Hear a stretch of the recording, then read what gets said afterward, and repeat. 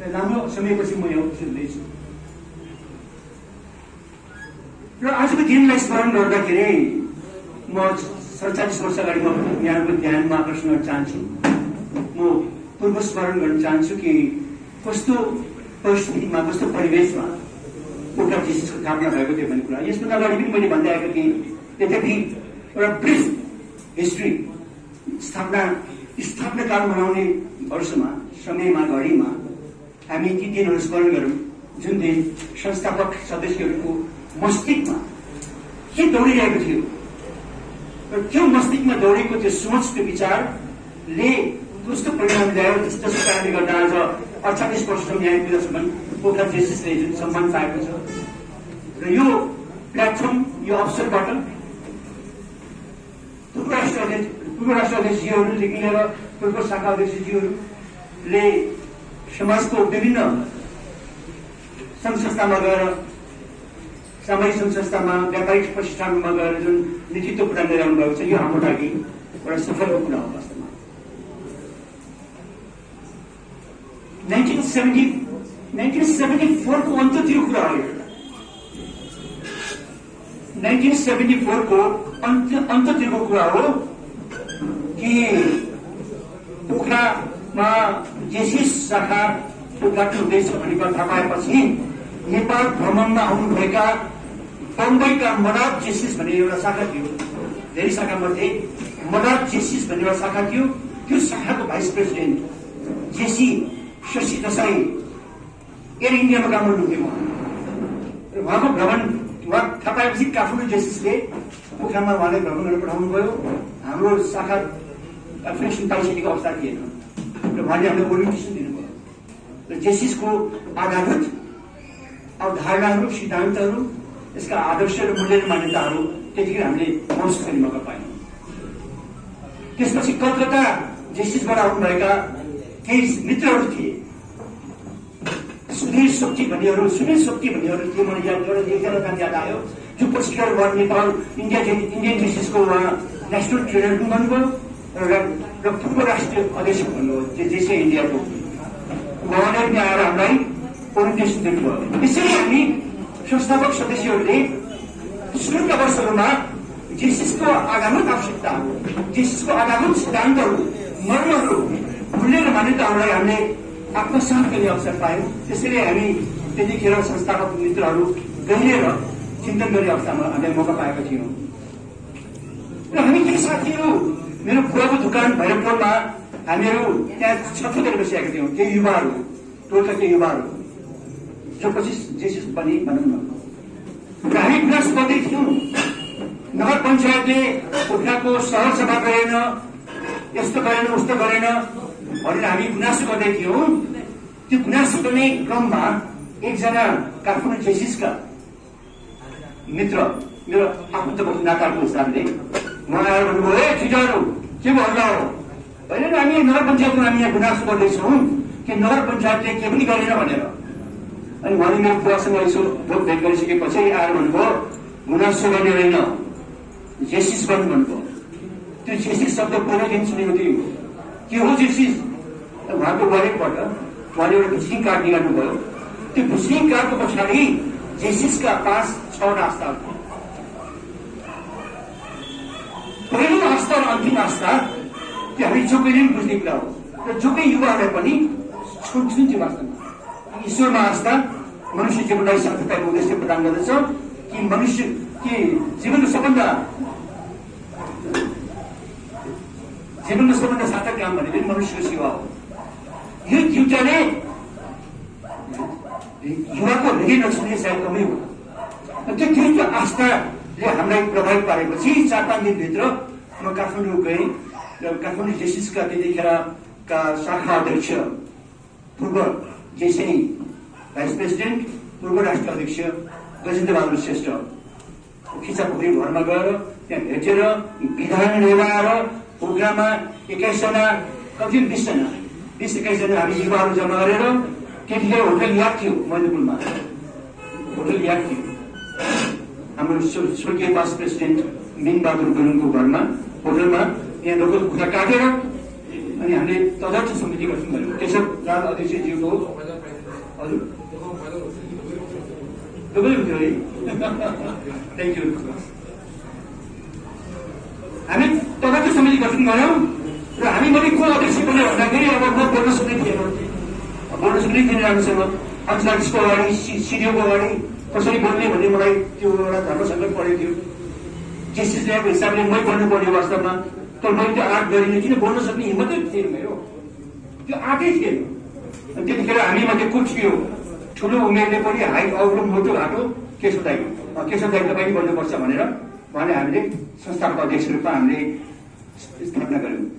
त्यसपछि त्यो second national convention हो विराटनगरमा, त्यहाँ गएर हामीले अथोराइजेसन पायौँ।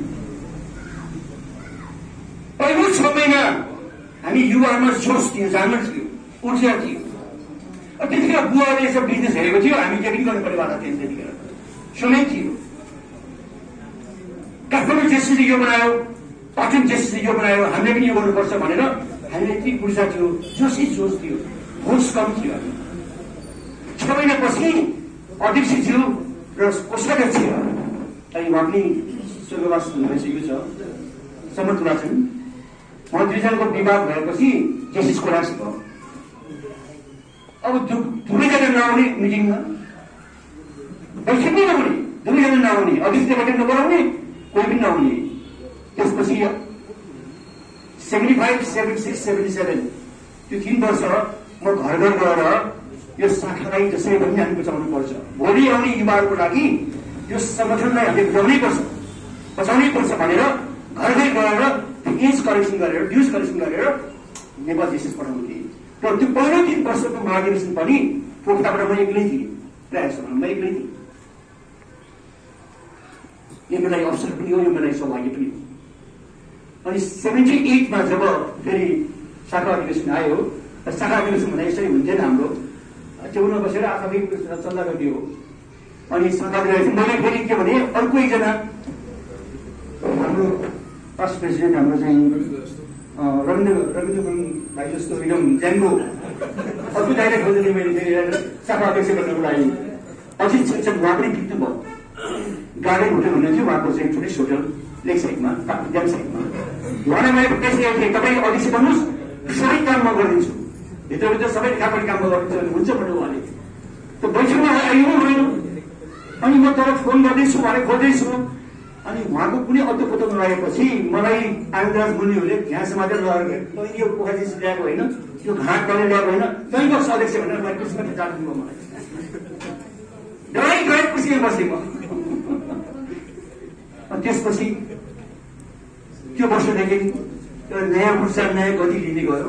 कुर्सीमा बसेपछि जिम्मेदारी बोध भयो, सिक्ने अवसर पाएँ, सिक्दै गएँ। त्यसपछि अनि पोखरा जेसीले पनि एउटा गति लिँदै गयो। त्यसपछि यहाँसम्म ल्याउने सबै नयाँ पुस्ताका हाम्रा होइन पास्ट प्रेसिडेन्टहरू हुनुहुन्छ उहाँहरू। I want to thank you all. Pokhara जेसीले यो अवस्था, यो सम्मान, यो इज्जत, यो अवसर जुन यो मञ्चले दिएको छ, यसको लागि म पूर्व राष्ट्रिय अध्यक्षज्यूहरूदेखि लिएर हाम्रो शाखा अध्यक्षज्यूहरू, राष्ट्रिय भूगोल पदाधिकारीज्यूहरू हुनुहुन्छ हाम्रो माझमा। र I want to thank you very much for this opportunity. र 1975 मा हामी स्थापना भए पनि 1984, 81, 82, 85 सम्म जेसिएस नेतृत्व विकास गर्ने संस्थाको नाममा परिचित थिएन, व्यक्तित्व विकास गर्ने कुरा पनि थिएन। वास्तवमा फोकस जेसिएसको फोकस सामुदायिक विकासमा थियो, सामुदायिक विकास। त्यसपछि 1985 को मध्यभागपछि लिडरसिप डेभलपमेन्ट अर्गनाइजेसनको रूपमा जेसिएस इन्टरनेसनलले नयाँ एउटा सोच, नयाँ कार्यदिशा लिएर युवाहरूलाई सक्षम लिडरसिपको लागि तयार पार्ने भन्ने एउटा मान्यताले अगाडि बढ्दै गएको छ। जेसिएसमा ट्रेनिङ अर्गनाइजेसन गरेर हामी भन्छौँ, हामी आज यो स्थापना दिवसमा मैले अलिकति आफ्नो अनुभवहरू मैले गर्न चाहेँ, अलिकति समय दिएको म मसँग जान्छु कि हाम्रो संस्था जेसिएस लिडरसिप ट्रेनिङ अर्गनाइजेसन हो। अरू संस्थालाई हेरेर जेसिएस training organization, leadership training organization, personal development training organization हामी भन्छौँ। तर आज म तपाईँलाई निवेदन गर्न चाहन्छु कि मेरो विगत 18-20 वर्षको अनुभवले मलाई महसुस दिलाएको छ भने ट्रेनिङ अर्गनाइजेसन नभन्नु हामीले ट्रेनिङ एउटा प्रक्रिया हो, एउटा माध्यम हो। लिडरसिप लर्निङ अर्गनाइजेसन रूपमा हामीले आफूलाई यसो परिचित गरौँ। लिडरसिप लर्निङ अर्गनाइजेसन ट्रेनिङ अर्गनाइजेसनमा ट्रेनिङ दियो सिक्यो, फोकस लर्निङमा छैन, फोकस सिकाइमा छैन, भएन कि। म आज युवा भाइ बहिनीहरूलाई म विशेष गरेर अनुरोध गर्न चाहन्छु कि तपाईँ कुन उद्देश्यले यो संस्थामा आउनु भएको छ। यदि व्यक्तित्व र नेतृत्व विकास हाम्रो उद्देश्य हो, हाम्रो फोकस हो, हाम्रो प्राथमिकता हो भने व्यवहारमा हामी के गर्दैछौँ? यो अवसर हामी कतिजना लिएको छौँ? तपाईँ एकजना भोलि मेयर उपमेयर या चाहिँ कुनै ठुलो सङ्घ संस्थाको लिडरसिप नलिए पनि घरको लिडरसिप लिनु पनि त्यो लिडरसिप नै हुन्छ। तपाईँले लिडरसिपको क्वालिटीहरू सिपहरू आउने बित्तिकै त्यसले तपाईँको सन्तानलाई, तपाईँको छिमेकीलाई, तपाईँको समुदायमा प्रभाव त पर्छ। त्यो खेल जानेन, केवल पदमा अगाडि बढ्नेले मात्र लिडरसिप नभइकन हाम्रो जीवनको हरेक पक्षमा यो लिडरसिपकै काम गर्छ। र यसमा मलाई विशेष निवेदन गर्न चाहन्छु भने यत्रो वर्षमा सिक्दै आएका बुझ्दै आएको कुराले म एउटा परिभाषामा यहाँ निवेदन गर्न चाहन्छु लिडरसिपको फङ्सनल डेफिनेसन। यो डेफिनेसन त्यसै महान व्यक्तिको नै हो, ज्याक वेल्च, विश्वकै renown CEO Jack Welch General इलेक्ट्रिक्सको सिइओ छ भन्नुहुन्छ। विश्वकै सिइओ मध्ये एउटा रिनाउन सिइओको रूपमा उहाँलाई मानिन्छ र अमेरिकाको जेनरल इलेक्ट्रिक्स कम्पनीलाई उहाँले ट्रान्सफर्म गर्नुभयो उहाँको 20 वर्ष 21 वर्षको चाहिँ लिडरसिपमा। उहाँको चाहिँ परिभाषालाई म यहाँ निवेदन चाहन्छु। बिफोर बिइङ अ लिडर, तपाईँ नेतृत्वमा आउनुभन्दा अघि सफलता तपाईँको लागि आफ्नो विकास हो। सो लिडरसिपमा आउनुभन्दा अगाडि सफलता तपाईँको लागि, एक लिडरको लागि आफ्नो व्यक्तिको विकास हो, आफ्नो नेतृत्वको क्षमताशीलको विकास हो। लिडरसिपमा आइसकेपछि सफलता तपाईँ लिडरको लागि आफ्नो मार्फतका टिम मेम्बर्सहरूको विकास हो। गहिरो छ यो भनाइमा, धेरै गहिरो छ। त्यसैले जो शाखाको केन्द्रको नेतृत्वमा जसले यो भार सम्हाल्नु भएको छ, केन्द्रमा जानेहरूले, शाखामा आउनेहरूले, तपाईँहरूले अब विकास आफ्नो मार्फतको साथीहरू गर्नु पर्यो। आफ्नो साथसाथै तपाईँको टिमको मेम्बर्सहरूको लिडरसिप डेभलपमेन्ट, पर्सनल डेभलपमेन्टमा अगाडि बढ्नु पर्यो। र पर्सनल डेभलपमेन्टको लिडरसिप डेभलपमेन्टको प्रश्नमा मैले के जोड्नु पर्दा मलाई एउटा कुरा के याद आइरहेको छ भने पावर र स्ट्रेन्थमा के फरक छ, क्षमता र शक्तिमा के फरक छ। लाओत्से भन्ने एकजना बुद्धका समकालीन भनेको हुन्छ, कन्फ्युसियसका समकालीन चाइनाका एक फिलोसफरले, आध्यात्मिक गुरुले भन्नुभएको छ कि स्ट्रेन्थ, लिडरसिपलाई स्ट्रेन्थ पनि चाहिन्छ, पावर पनि चाहिन्छ। त यो पर्यायवाची हो कि भन्ने जस्तो लाग्छ हामीलाई, तर अलिक फरक छ। स्ट्रेन्थ भन्नाले ज्ञान, आफ्नो वातावरणलाई आफ्नो काबुमा राख्नुको लागि लिडरसिपलाई स्ट्रेन्थ चाहिन्छ, क्षमता चाहिन्छ प्रशस्त मात्रामा। जस्तै पार्लियामेन्ट्री प्रोसिजर, मिटिङ प्रोसिजर भन्नुहोस्, त्यो ज्ञान हुन जरुरी छ, त्यो सिप हुन जरुरी छ। त्यो बैठकलाई एउटा निर्देशित दिशामा गएर त्यसको उद्देश्य प्राप्त गर्नुको लागि त्यो लिडरसिपमा त्यो क्षमता हो। त्यो पार्लियामेन्ट प्रोसिजर भनेको क्षमता हो, नभई नहुने सिप हो। शक्ति भनेको तपाईँले आफूलाई सम्हाल्न सक्ने आफ्नो आन्तरिक क्षमता, मनलाई स्थिर र शान्त विचरण नदिने त्यो क्षमतालाई शक्ति हुन्छ। शक्ति आफूलाई काबु राख्नलाई, क्षमता वातावरणलाई काबुमा राख्ने। त्यो दुईटै सिप जेसिसले आफ्नो ट्रेनिङमा समावेश गरेर लानुपर्ने हुन्छ। र अन्तमा जेसिसले मलाई के अवसर दिन्छ भन्ने कुरामा म विशेष आफ्नो भनाइ राखेर म यहाँसँग बिदा लिन चाहन्छु। सदस्य 1979 प्रवेश गरिसकेपछि शाखा महासचिव, संस्थापक महासचिव भएर म काम गर्ने अवसर पाएँ। त्यो पनि 3 वर्ष। 78 शाखा अध्यक्ष, 79 नेशनल भाइस प्रेसिडेन्ट, र नेसनल भाइस प्रेसिडेन्ट छँदाखेरि मेरो असै लोमहरू भक्तपुर, पाटन, बागलुङ, काठमाडौँ यी शाखाहरू मलाई असाइन गरेको थियो। 1979 पछि मैले नेसनल लेभलमा राष्ट्रिय स्तरमा मैले आफूलाई उम्मेदवारको रूपमा मलाई अगाडि बढ्न चाहेन। मैले त्यस्तो राष्ट्रिय अध्यक्ष बन्छु भन्ने मेरो आकांक्षा पनि थिएन वास्तवमा। किन 1979 मा अन्तर्राष्ट्रिय बाल वर्षको सन्दर्भमा जुन साल म राष्ट्रिय उपाध्यक्ष थिएँ, जेसिस अन्तर्राष्ट्रियको प्रकरण थियो। विश्वव्यापी जेसिस शाखाहरूले आफ्नो समुदायमा बाल बालिकाहरूको लागि के अवसर दिन सकिन्छ भन्ने कुरामा हामी पोखरा डिस्ट्रिक्टमा हामी छलफल गर्दाखेरि मैले नै प्रस्ताव ल्याएँ। पोखरामा इङ्ग्लिस मिडियम स्कुल थिएन, बाल मन्दिर नेपाली मिडियम थियो। त्यसकारण इङ्ग्लिस मिडियमको लागि सानसानो बच्चाहरूलाई काठमाडौँ किन लाने, पोखरामा एउटा खुरम भनेर र मैले जेसिसमा प्रस्ताव राखेँ। जेसिस बाल सदन पोखरा स्थापना गरौँ। म कुनै शिक्षाविद भएर होइन, बोर्डिङमा पढेको थिएँ मैले, अङ्ग्रेजी बोर्डिङमा पढेको हुनाले केजी के हो भनेको थाहा थियो। मलाई त्यति पनि थाहा थियो। त्यो ड्रइङ, त्यो सुत्ने अनि त्यो नर्सरी राइम गाउने त्यति मलाई थाहा थियो। त पोखरामा अङ्ग्रेजी माध्यमको स्कुल चाहिन्छ भन्ने कुरा मैले महसुस गरेर त्यो प्रस्ताव ल्याएँ। व्यापक छलफल भयो। किन विराटनगरमा पनि जेसिस बाल सदन छ, त्यहाँको चाहिँ मैले बुकलेट पाएको थिएँ कि इङ्ग्लिस मिडियम पढ्नुको लागि विराटनगरबाट खरसाङ, दार्जिलिङ, कालिम्पोङमा बच्चा लानुपर्ने थियो 3.5 वर्षमा इङ्ग्लिस मिडियम पढाउनुको लागि। अनि जेसिसकै श्रीमतीहरू होइन अधिकांश उतै पढेर आएको थिए इङ्ग्लिस मिडियममा। उहाँकै एउटा सहकारीले जेसिस बाल सदन विराटनगरमा सुरु गरेको थियो। आज पनि छ, +2 सम्म छ त्यहाँ होइन।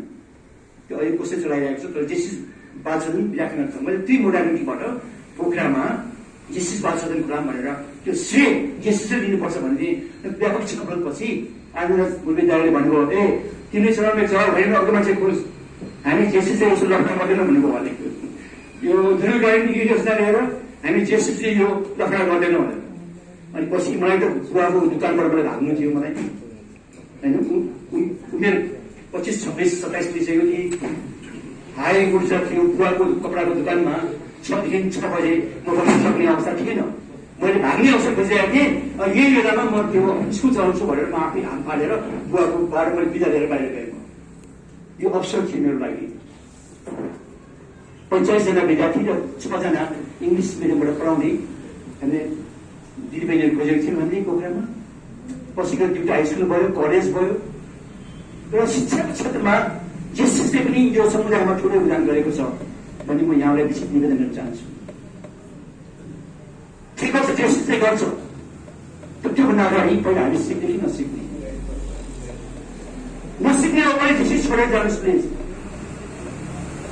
5 वर्षभित्र तपाईँले जे सिक्नु पर्ने सिकेर आफ्नो बाटो लाग्नुहोस्। यदि तपाईँ शाखाको पदाधिकारीहरू राष्ट्रिय अन्तर्राष्ट्रियमा जान चाहनुहुन्छ भने बस्नुहोस् 10-15 वर्ष, होइन भने 5 वर्षमा गुन्डा बसेर भाग्नुहोस् यहाँबाट।